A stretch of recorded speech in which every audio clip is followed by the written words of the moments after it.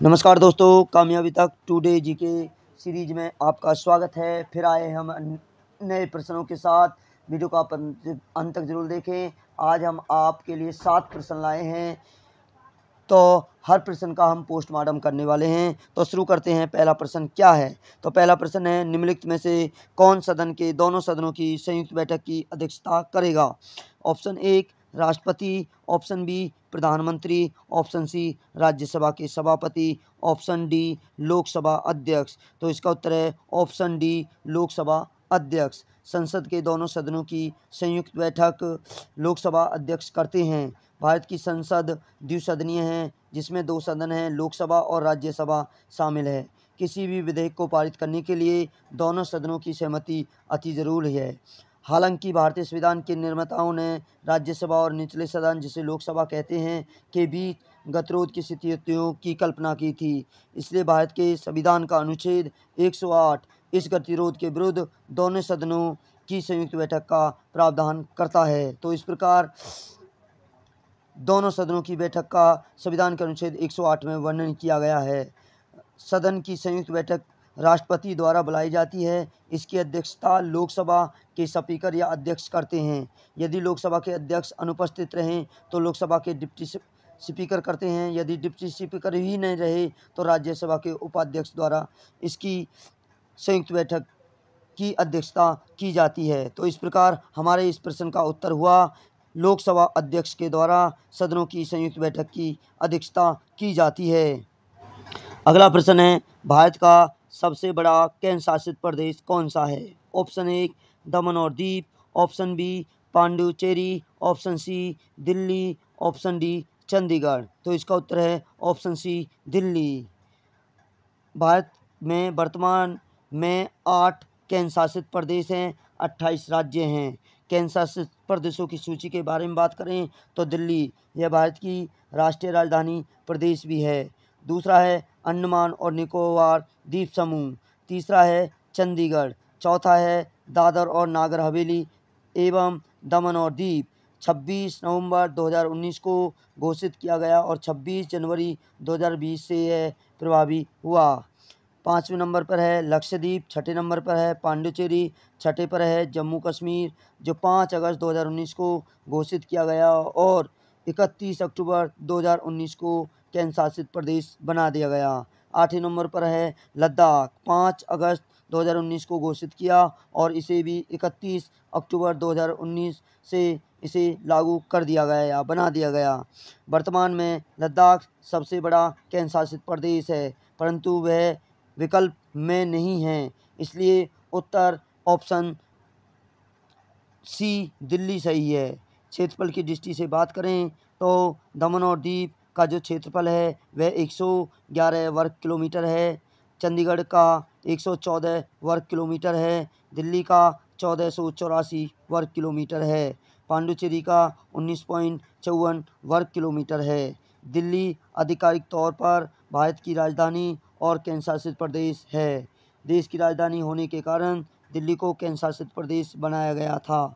1956 से 1991 तक नई दिल्ली केंद्र शासित प्रदेश ही था। 1991 में इसे राष्ट्रीय राजधानी प्रदेश का दर्जा दे दिया गया। यह पांडुचेरी की तरह मंत्रिमंडल व मुख्यमंत्री की व्यवस्था है। 69वां संविधान संशोधन जो 1992 के द्वारा संविधान में 2 नए अनुच्छेद 239 AA, 239 AB जोड़े गए, जिसके अंतर्गत केंद्र शासित प्रदेश दिल्ली को विशेष दर्जा दे दिया गया। अनुच्छेद 239 AA के अंतर्गत केंद्र शासित प्रदेश दिल्ली को राष्ट्रीय राजधानी क्षेत्र बनाया गया। इसके प्रशासन को उपराज्यपाल के हाथ में दे दिया गया। दिल्ली के लिए विधानसभा की व्यवस्था की गई, जो पुलिस, भूमि, लोक व्यवस्था के अतिरिक्त राज्य सूची और समवर्ती सूची के विषय पर कानून बना सकती है। यह दिल्ली के लिए मंत्रिपरिषद का भी प्रावधान करता है, जिसमें मंत्रियों की कुल संख्या विधानसभा के कुल सदस्यों की संख्या के 10% से अधिक नहीं होगी। अनुच्छेद 239 AB के मुताबिक राष्ट्रपति अनुच्छेद 239 AA के किसी भी प्रावधान या इसके अनुसरण में बनाए गए किसी भी कानून के किसी भी प्रावधान के संचालन को निलंबित कर सकता है। यह प्रावधान अनुच्छेद 356 राष्ट्रपति शासन जैसा होता है। तो इस प्रकार हमारे इस प्रश्न का उत्तर हुआ ऑप्शन सी, दिल्ली। अगला प्रश्न है, निम्नलिखित में से किस एक मामले ने भारतीय संविधान की मूल संरचना की अवधारणा को प्रतिपादित किया? Option A, Indira Sawhney case, option B, Shankar Prasad, option C, Rudal Shah, option D, उपरोक्त में से कोई नहीं। तो इसका उत्तर है ऑप्शन डी, उपरोक्त में से कोई नहीं। संविधान की आधारभूत संरचना। संविधान की आधारभूत संरचना का तात्पर्य संविधान में निहित उन प्रावधानों में से है जो संविधान और भारतीय राजनीतिक और लोकतांत्रिक आदर्शों को प्रस्तुत करता है। इन प्रावधानों को संविधान में संशोधन के द्वारा भी हटाया जा सकता है। सर्वोच्च न्यायालय ने 24 अप्रैल 1973 को केशवानंद भारती बनाम केरल राज्य मामले में संविधान की आधारभूत संरचना का ऐतिहासिक सिद्धांत दिया था। 13 न्यायाधीशों वाली संविधान पीठ ने 7 से 6 के बहुमत से निर्णय किया कि संविधान की आधारभूत संरचना अनुलंघनीय है और इसे संसद द्वारा परिवर्तित नहीं किया जा सकता है। आधारभूत संरचना को इस निर्णय के बाद से भारतीय संविधान के एक सिद्धांत के रूप में मान्यता प्राप्त हुई। संविधान की आधारभूत संरचना का तात्पर्य संविधान में निहित उन प्रावधानों से है जो भारतीय संविधान के लोकतांत्रिक आदर्शों को प्रस्तुत करते हैं। इन प्रावधानों को संविधान में संशोधित के द्वारा भी नहीं हटाया जा सकता। वस्तुतः ये प्रावधान अपने आप में इतने महत्वपूर्ण हैं कि इनके नकारात्मक बदलाव से संविधान का सार तत्व जो जनमानस के विकास के लिए आवश्यक है नकारात्मक रूप से प्रभावी होगा। आधारभूत संरचना की सूची। यद्यपि सर्वोच्च न्यायालय ने आधारभूत संरचना को परिभाषित नहीं किया है, परंतु संविधान की कुछ विशेषताओं को आधारभूत संरचना के रूप में निर्धारित किया है, यथा संघवाद, पंथनिरपेक्षता, लोकतंत्र आदि। तब से अदालत ने इन सूची को निरंतर विस्तार किया। निम्नलिखित को सर्वोच्च न्यायालय ने आधारभूत संरचना के रूप में सूचीबद्ध किया गया। संविधान की सर्वोच्चता, कानून का शासन, न्यायपालिका की स्वतंत्रता, शक्तियों के पृथक्करण का सिद्धांत, संघवाद, धर्मनिरपेक्षता, संप्रभु लोकतांत्रिक गणराज्य, संसदीय प्रणाली, स्वतंत्र और निष्पक्ष चुनाव, कल्याणकारी राज्य। तो इस प्रकार हमारे इस प्रश्न का उत्तर हुआ ऑप्शन डी, उपरोक्त में से कोई नहीं। तो इसका उत्तर यदि ऑप्शन में आता है केशवानंद भारती बनाम केरल राज्य के, तो इसका उत्तर ये होता। तो जो कि 24 अप्रैल 1973 को इस सिद्धांत को ऐतिहासिक सिद्धांत बना दिया गया। अगला प्रश्न है किस राज्य पर नाम गयाल वंश का शासक 1975 तक रहा? Option A Sikkim, option B Himachal Pradesh, option C Haryana, option D Andhra Pradesh. तो इसका उत्तर है ऑप्शन ए सिक्किम। सन 1950 में भारतीय सिक्किमीज संधि पर हस्ताक्षर किए गए थे। इसके साथ सिक्किम भारत का संक्षिप्त राज्य बना दिया गया। सिक्किम पर 1975 तक नाम ग्याल वंश का शासन था। 1975 में सिक्किम के प्रधानमंत्री ने भारत से सिक्किम को भारत संघ में शामिल करने की अपील की। इसके बाद भारतीय सेना ने गंगटोक शहर को अपने नियंत्रण में ले लिया और चोग्याल महल के रक्षकों को निशस्त्र कर दिया गया। एक जनमत संग्रह द्वारा इसमें 97.5% ने राजशाही को ख़त्म करके भारत में शामिल होने का समर्थन किया। भारतीय संसद ने अपने 35वें संशोधन में शर्त रखी जिसमें सिक्किम को एक सहयोगी राज्य बना दिया गया। सिक्किम इस स्थिति को पाने वाला एकमात्र राज्य है। 36वें संविधान संशोधन ने 35वें संशोधन को निरस्त कर दिया गया और सिक्किम को एक राज्य का दर्जा दे दिया गया। अब बात करते हैं, ऑप्शन में दिया है आंध्र प्रदेश। आंध्र प्रदेश के बारे में, आंध्र प्रदेश भारत के दक्षिण पूर्वी भाग में स्थित राज्य है। क्षेत्रफल के लिहाज से बात करें तो यह भारत का 8वां सबसे बड़ा राज्य है, जिसका क्षेत्रफल 1.63 लाख स्क्वायर किलोमीटर है। आंध्र प्रदेश राज्य का गठन 1 नवंबर 1956 को हुआ। इस राज्य का सबसे बड़ा शहर विशाखापट्टनम है, जो भारतीय नेवी की ईस्टर्न नेवल कमांड का बेस भी है। 2 जून 2014 को आंध्र प्रदेश के उत्तर पश्चिम हिस्से को अपने हिस्से को अलग करके तेलंगाना राज्य का गठन किया गया। बंटवारे के बाद आंध्र प्रदेश की राजधानी हैदराबाद रही और तेलंगाना भी इसका हिस्सा बनी रही। हालांकि आंध्र प्रदेश रीऑर्गेनाइजेशन एक्ट 2014 के मुताबिक 10 साल तक हैदराबाद आंध्र प्रदेश की ही राजधानी बनी रहेगी। आंध्र प्रदेश की नई राजधानी अमरावती को बनाया जाएगा। ऑप्शन में दिया गया है हरियाणा। हरियाणा उत्तर भारत का एक राज्य है, जिसकी राजधानी चंडीगढ़ है और इसका गठन 1 नवंबर 1966 को हुआ था। इसकी सीमाएं उत्तर में पंजाब, हिमाचल प्रदेश, दक्षिण पश्चिम में राजस्थान से जुड़ी हुई हैं। यमुना नदी इसके उत्तरी क्षेत्र के साथ पूर्वी सीमा को भी परिभाषित करती है।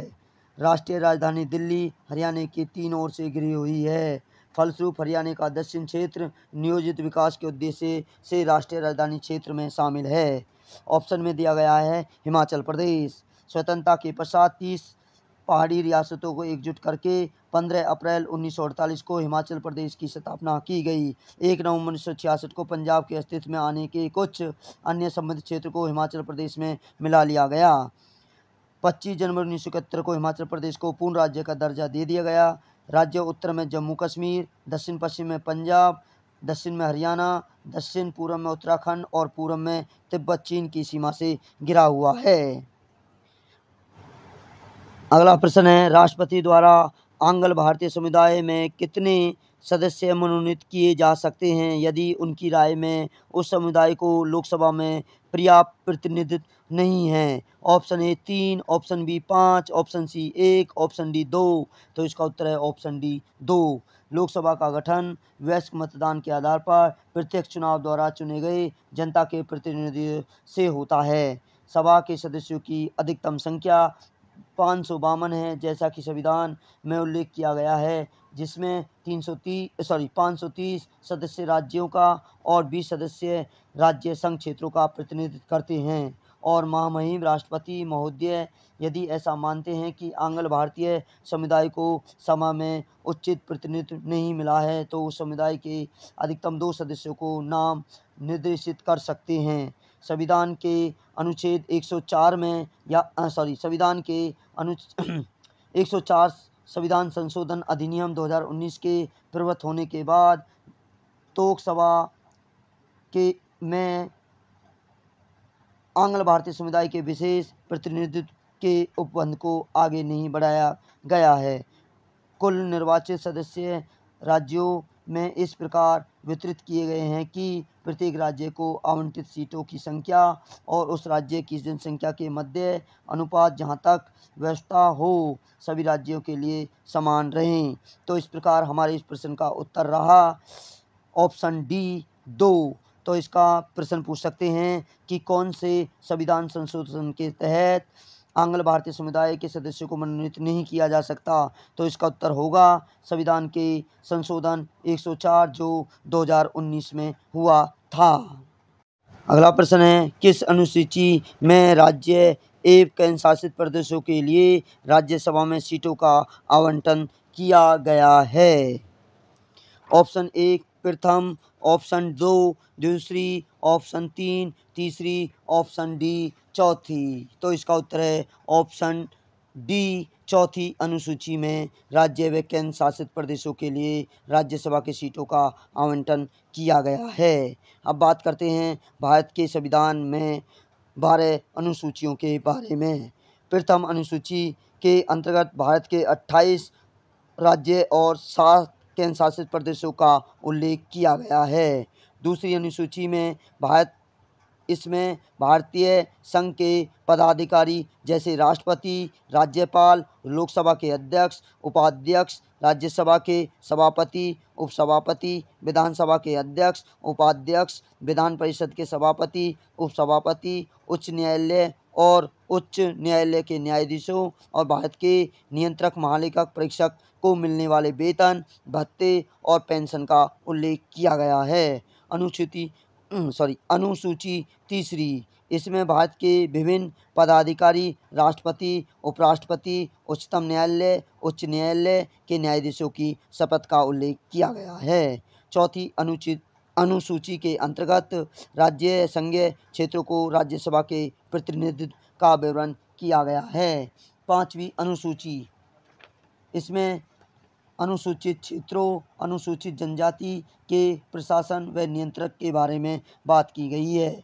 छठी अनुसूची में इसमें असम, मेघालय, त्रिपुरा, मिजोरम राज्य के जनजाति क्षेत्रों के प्रशासन के बारे में प्रावधान किया गया है।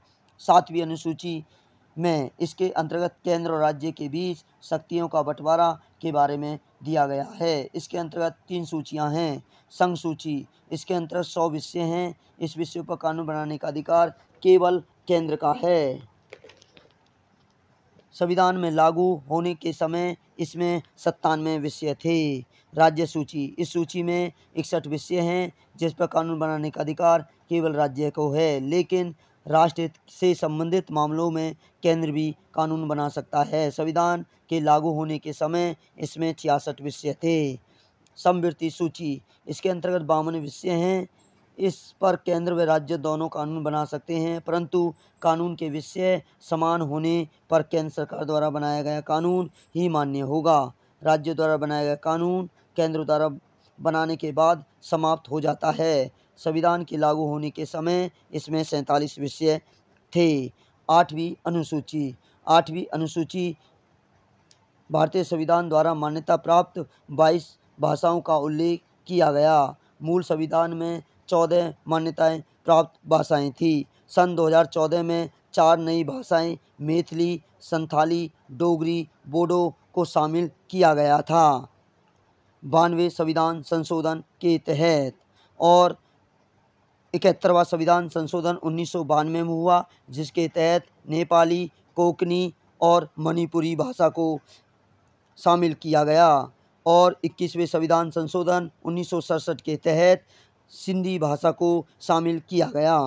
9वीं अनुसूची के तहत यह अनुसूची प्रथम संविधान संशोधन अधिनियम 1951 द्वारा जोड़ी गई। इस अनुसूची में सम्मिलित विषय को न्यायालय में चुनौती नहीं दी जा सकती, लेकिन यदि कोई विषय मौलिक अधिकारों का उल्लंघन करे तो उसे उच्च न्यायालय इस पर कानून की समीक्षा कर सकता है। अभी तक 9वीं अनुसूची में 283 अधिनियम हैं, जिसमें राज्य सरकार द्वारा संपत्ति अधिकार का उल्लेख प्रमुख है। 10वीं अनुसूची, इसे 52वें संविधान संशोधन 1985 द्वारा मूल संविधान में जोड़ा गया। इस सूची में दल बदल संबंधित कानूनों का उल्लेख किया गया है। 11वीं अनुसूची, यह अनुसूची 73वें संविधान संशोधन अधिनियम 1992 द्वारा मूल संविधान में जोड़ा गया।